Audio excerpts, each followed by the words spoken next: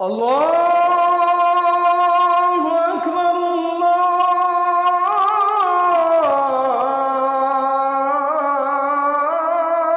আল্লাহু আকবার। ওয়ালা তাখফু মা লাইসা লাকা বিহি ইলম, যে বিষয়ে তোমার সুদৃঢ় ধারণা জ্ঞান নেই, সুস্পষ্ট প্রমাণ ভিত্তিক নলেজ ইনফরমেশন যে বিষয়ে তোমার কাছে নেই, সে বিষয়ে তুমি কোনো অবস্থান গ্রহণ করতে যাবে না।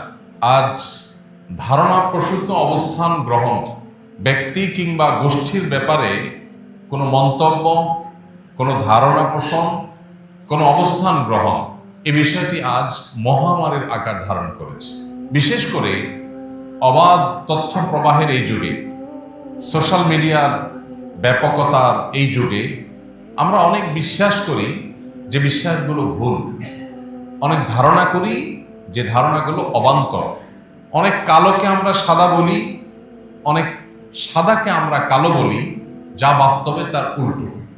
ইসলাম এমন এক জীবন বিধান, ইসলাম এমন এক সুমহান শাশ্বত লাইফস্টাইল আমাদেরকে দিয়েছে যে এখানে কোনো মানুষ কাউকে অন্যায়ভাবে আক্রমণ করা এটা তো অনেক দূরের কথা, কারোর ব্যাপারে আপনি নেগেটিভ ধারণাই নিতে পারবেন না যদি আপনার কাছে যথাযোগ্য তথ্য প্রমাণ না থাকে। আল্লাহ বলেছেন, ইয়া আইয়ুহাল্লাযীনা আমানু, হে ঈমানদারেরা, ইন জাআকুম ফাসিকুম বিনাবাইন, যদি তোমাদের কাছে কোনো ফাসিকরা কোনো সংবাদ সরবরাহ করে, কোনো তথ্য ইনফরমেশন তোমাদেরকে দেয়, ফাতাবাইয়ানু, সেটাকে চেক করো, ভালো করে চেক করো, ক্রস চেক করো, যাচাই করো, অনুসন্ধান চালাও, বিশ্লেষণ করো যেটা আদৌ সত্য কিনা।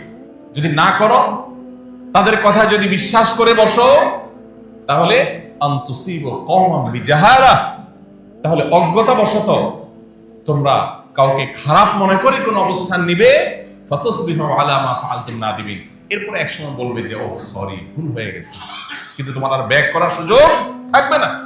আল্লাহ অন্য আয়াতে বলেছেন, ওয়ালা তাখফু মা লাইসা লাকা বিহি ইলম, যে বিষয়ে তোমার সুদৃঢ় জ্ঞান নেই, প্রমাণ নির্ভর তথ্য ইনফরমেশন তোমার কাছে নেই, তুমি নিশ্চিত নও, সে বিষয়ে কোনো অবস্থান গ্রহণ করতে পারবে না। আজকের পৃথিবীতে যারা মডেল হিসেবে নিজেদেরকে এস্টাবলিশড করেছে, সাম্রাজ্যবাদী পৃথিবী, তাদেরও অনেক বড় অস্ত্র হলো জনগণকে, সাধারণ মানুষকে বিভ্রান্তির মধ্যে ফেলে দিয়ে ঘোলা পানিতে মাছ শিকার করা, বিভিন্ন এজেন্ডা বাস্তবায়ন করা। এই খেলা আমরা দশকের পর দশক, যুগের পর যুগ ধরে দেখে আসছি। এর মধ্যে সবচেয়ে বড় প্রপাগান্ডা, সবচেয়ে বড় মিথ্যা, যে মিথ্যা বেড়াজালে আমরা অনেককে আটকে গেছি, যে মিথ্যা আমাদের অনেককে বিভ্রান্ত করে ফেলেছে। মুসলিম তো বটেই, অনেক নিয়মিত নামাজি, নিয়মিত পর্দানসীন, নিয়মতান্ত্রিকভাবে প্র্যাকটিস করেন কোরআন এবং সুন্নাহকে, এরকম বহু মুসলমান আছেন যারা এই প্রপাগান্ডায় পা দিয়ে বিভ্রান্তির বেড়াজালে আটকে গেছে।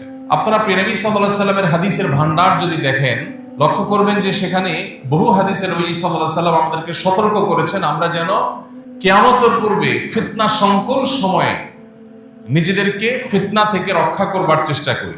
কিয়ামতের পূর্বে পৃথিবীবাসীর উপর ফিতনা পতিত হবে কাওয়াকাইল মতর, বৃষ্টি পতিত হওয়ার মতো। বৃষ্টির ফোঁটা যেরকম একটার পর একটা টপ টপ করে অনবরত ধারাবাহিকভাবে পড়তেই থাকে, ফিতনা এরকম গোটা পৃথিবীকে ছেয়ে যাবে, একটার পর একটা ফিতনা পতিত হবে। ফিতনা জিনিসটা কি? ফিতনা মানে হলো বিভ্রান্তি, ফিতনা মানে হলো ধোঁয়াশা। যেটাকে আপনি সাদা মনে করছেন ওটা আসলে কালো, এটাই ফিতনা। যেটাকে আপনি অন্ধকার মনে করছেন সেটা আসলে আলো, এটাই হলো ফিতনা। আপনি যেটাকে মনে করছেন আলো বিতরণ করছে, আসলে সে অন্ধকার বিস্তার করছে। আপনি সেটাকে আলো মনে করে ওইটার সঙ্গ দিচ্ছেন, সেটা প্রতিষ্ঠার জন্য জীবন বাজি রাখছেন, আদত দিন শেষে দেখলেন সেটা আসলে পুরোটাই কালো, ওইটা কোনো আলো নয়। এই জাতীয় বিভ্রান্তি এখন আমাদের প্রত্যেকটা মানুষকে, আমাদের গোটা সমাজকে নানাভাবে ছেয়ে গেছে।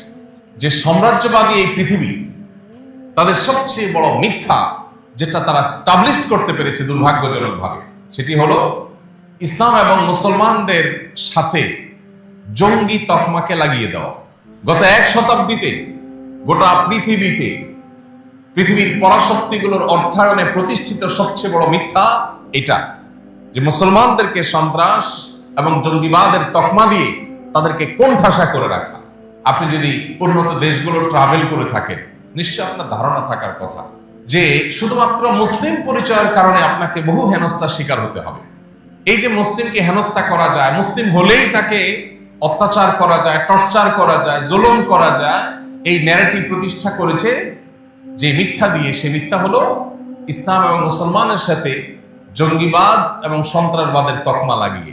পশ্চিমারা এই ন্যারেটিভকে এমন শক্তিশালীভাবে প্রতিষ্ঠিত করেছে দেখুন, যে এই সমাজে ঘুষ, চাঁদাবাজি, সন্ত্রাস, এই জিনিসগুলো নিত্য নৈমিত্তিক ব্যাপার। এই জিনিসগুলোর কারণে গোটা দেশ আজ পিছিয়ে আছে, আমরা ভয়ঙ্কর একটা জায়গায় অবস্থান করছি। অথচ এগুলোর ব্যাপারে আমাদের মনের মধ্যে এতটা ক্ষোভ, এতটা ঘৃণা নেই, যতটা ক্ষোভ, যতটা ঘৃণা আছে কোন বিষয়ে? তথাকথিত জঙ্গিবাদের বিষয়।